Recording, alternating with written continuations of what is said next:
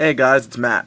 So basically, I'm home for the weekend from school, and there was nothing to do, so I decided I want to play some NES. Turned it on, got a red blinking light here, and the screen was going all flickery and white and stuff.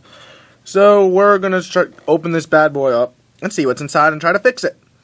Because all my other competent gaming systems are at school, except for the N64 and the GameCube and the Retro Duo, which can also play NES games, but don't judge, I want this to work. So we're going to try to make it work.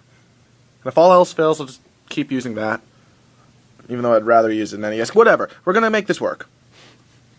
First things first. Standard screwdriver, Phillips head, whatever.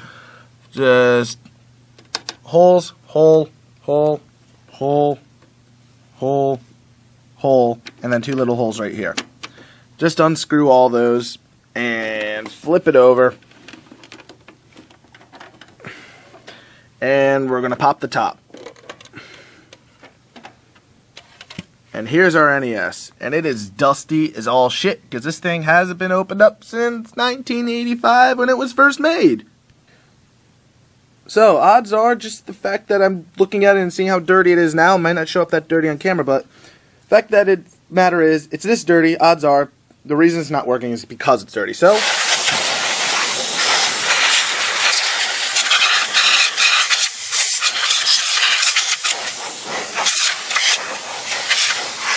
clean that fucker off.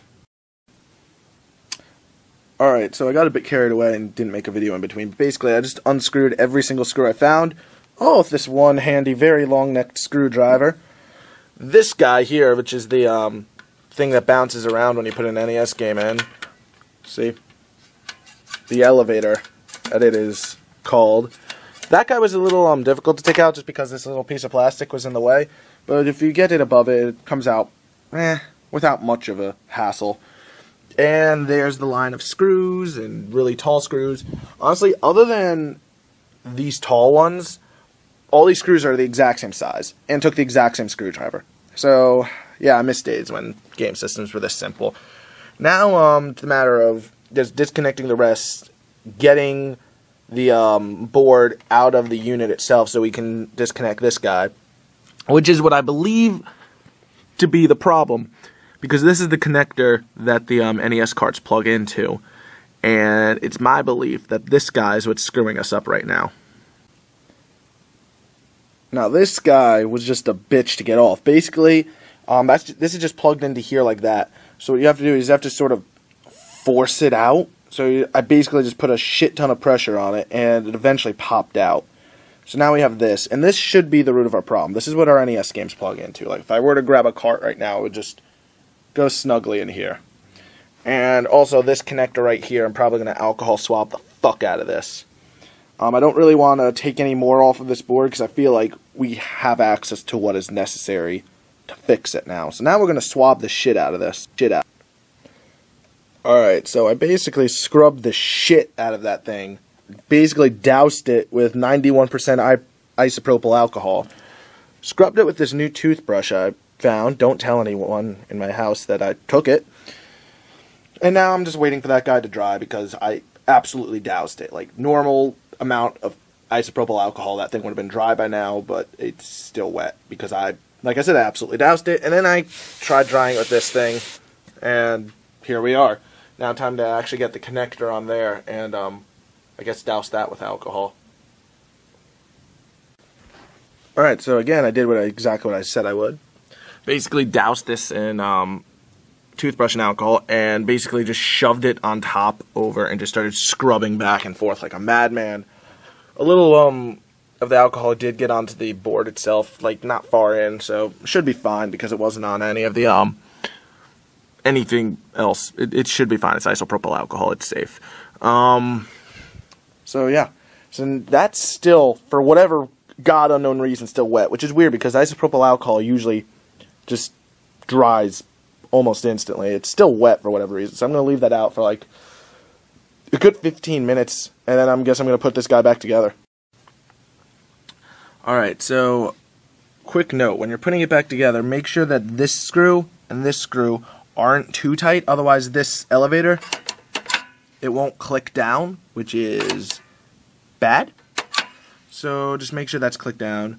And then right here, make sure these couple screws aren't done because you need to put this shield on top of it.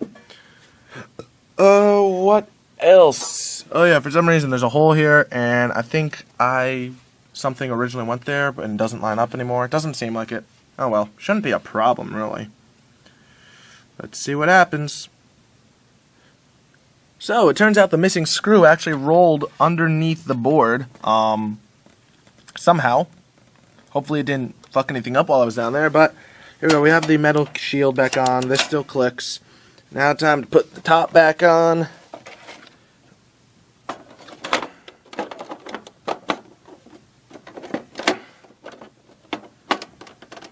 And there we go. NES with these things that popped out because we apparently didn't need to unscrew that, but we did anyway, just for fun. And after a hassle, I managed to reseal Pandora's box, controller ports and all. Now that every single pin and plug and everything is back in place, and the 720 pin connector is all clean, let's put in a game and see what we get. And Viola! We have it, folks. It actually works, which is sucked because the first couple times it actually didn't work, and then tried it again, and it turned out I just didn't push the cartridge in far enough, because apparently if you don't push the cartridge far enough, you'll have the exact same results. As you can see, freaking works. Swear it's not this thing, because as you can tell, this isn't Paperboy. Anyway, that's it. That was how to fix an NES. Fun.